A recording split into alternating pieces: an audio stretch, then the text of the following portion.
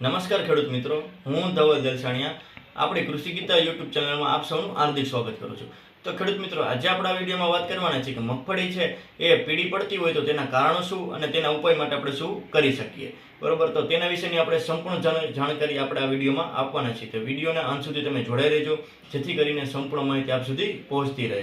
અને હા, હજી સુધી જે ખેડૂત મિત્રોએ આપણી કૃષિ ગીતા ચેનલને સબસ્ક્રાઇબ નથી કરી, એ કૃષિ ગીતાની બાજુમાં સબસ્ક્રાઇબ બટન છે, તેના ઉપર ક્લિક કરી દો, એટલે અવનવા જે આપણે ખેતીલક્ષી વિડીયો મૂકતા હોય તો એ આપ સુધી પહોંચતા રહે. તો હવે મિત્રો આપણે વાત કરી કે મગફળી પીળી તો પડતી હોય, તેના માટે આપણે ટ્રીટમેન્ટ પણ કરતા હોય, પણ આપણે હકીકતે ખબર જ નથી હોતી કે આપણી મગફળી શેના કારણે પીળી પડે છે. તો સૌ પ્રથમ તો આપણે એ જાણીશું કે મગફળી જે પીળી પડે છે તો તેને કઈ રીતે ઓળખી શકાય કે આવી મગફળી હોય તો આપણે આની ઉણપ હોય, આ લોહ તત્વની, ટૂંકમાં આ પોષક તત્વની ઉણપ હોય. બરોબર, તો તે કઈ રીતે જાણી શકાય, તો તેના વિશેની આપણે વાત કરીએ. તો સૌ પ્રથમ શેના કારણે પીળી પડે મગફળી, તો તેની વાત કરશું.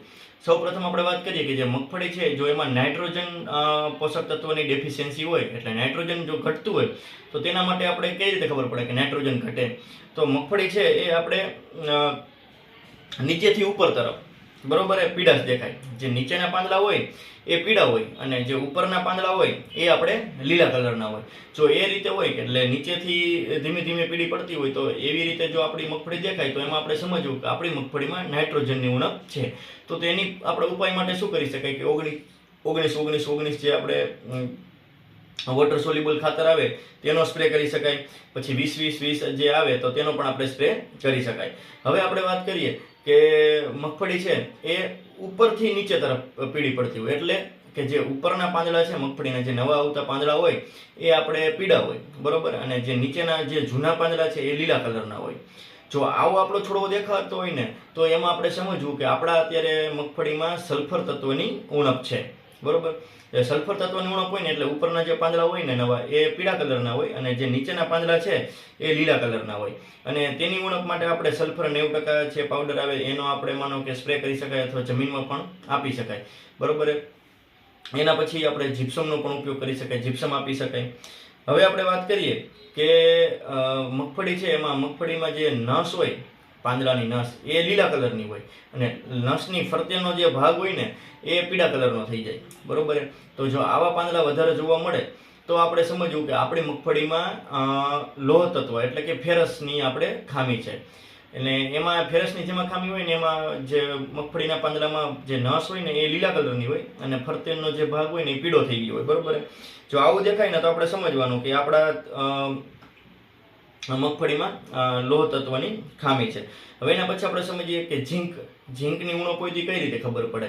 તો ઝીંકની ઉણપ કઈ રીતે ખબર પડે, જે મગફળીના પાંદડા નવા આવે એ એક તો નાના હોય, બરોબર, અને જે પીળાશ હોય ને એ ટપકાવાળી હોય અને ચિતરાયેલી હોય. જો આવું ટૂંકમાં દેખાય ને તો આપણે સમજવાનું કે આપણા મગફળીના પાકમાં ઝીંકની ઉણપ છે.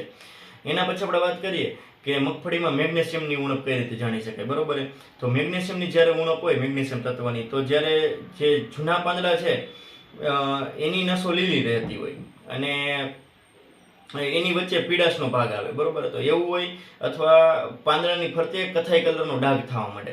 બરોબર, પીળા પડતા હોય ને ધીમે ધીમે પાંદડાની ફરતે કથાઈ કલરનો ડાઘ થવા માંડે, ત્યારે આપણે સમજવાનું કે આપણે મગફળીમાં મેગ્નેશિયમ તત્વની ખામી છે.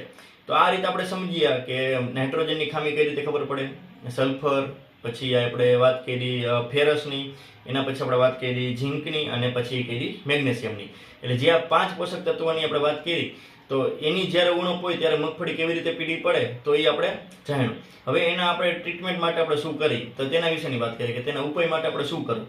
તેમાં આપણે જો સૌ પ્રથમ વાત કરીએ કે ફેરસની ખામી હોય ત્યારે ફેરસ સલ્ફેટ, બરોબર, આપણે ઉપયોગ કરી શકાય, તેનો સ્પ્રે કરી શકાય. પછી એકલું ફેરસ EDTA ફોર્મમાં આવે તેનો સ્પ્રે પણ કરી શકાય. તો આ જે બધા આ 2 વસ્તુની વાત કરી ને એ શું થયું કે ઇન્સ્ટન્ટ તમને રિઝલ્ટ બતાવે. એના પછી આપણે વાત કરી કે એક આપણે આવે ferrous sulphate plus citric acid ને પ્લસ એમિનો એસિડ, આ 3 વાળું કોમ્બિનેશન પણ માર્કેટમાં આવે. એનાથી આપણે માનો કે એ સ્પ્રે કરીને તો આપણી મગફળી છે એ કમ્પ્લીટ લીલી થઈ જાય છે. ને તકલીફ એમાં એ પડશે કે જ્યારે સૂર્યપ્રકાશ પાછો આવશે અને થોડાક દિવસ થશે તો પાછી પીળી પડવાનું ચાલુ થશે. તો હું એક એવું ટેકનિકલ તમને સજેસ્ટ કરું કે એ તમે છાંટશો, બરોબર, તો એમાં લાંબા ગાળા સુધીનું તમને રિઝલ્ટ મળશે. તો એ આપણે વાત કરીએ તો ફેરસ મેગ્નેશિયમ સલ્ફેટ. બરોબર, હવે ફેરસ મેગ્નેશિયમ સલ્ફેટમાં શું આવી ગયું, ફેરસ આવી ગયું, મેગ્નેશિયમ છે એટલે મેગ્નેશિયમની ઉણપ પણ આવી ગઈ, અને સલ્ફેટ એટલે સલ્ફર પણ આવી ગયું, બરોબર. તો આ જે ત્રણ તત્વોની પૂર્તિ થઈ જાય, અને એમાં ખાસ કરીને કે જે મેગ્નેશિયમ છે, બરોબર, ફેરસ મેગ્નેશિયમ સલ્ફેટ, તો મેગ્નેશિયમ આપણે એપ્લિકેશન કરશું તો એ હરિતદ્રવ્ય બનાવવાનું કાર્ય એનું, બરોબર.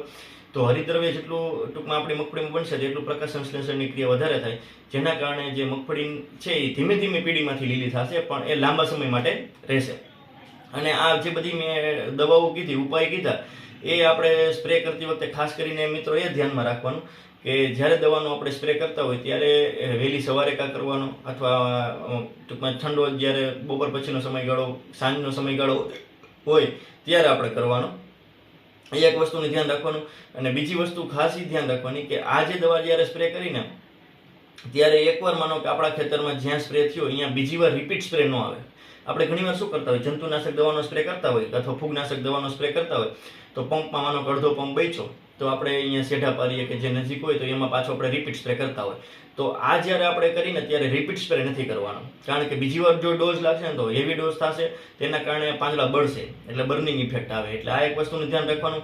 બીજું, પાણી ચોખ્ખું લેવાનું, અને આની સાથે કોઈ પણ તમારે ફૂગનાશક છે કે જંતુનાશક છે કે કોઈ પણ દવા મિક્સ ન કરો તો બેટર છે, કારણ કે આ એકલી વસ્તુ આપણે છંટકાવ કરશું તેમાં સારામાં સારું પરિણામ મળશે.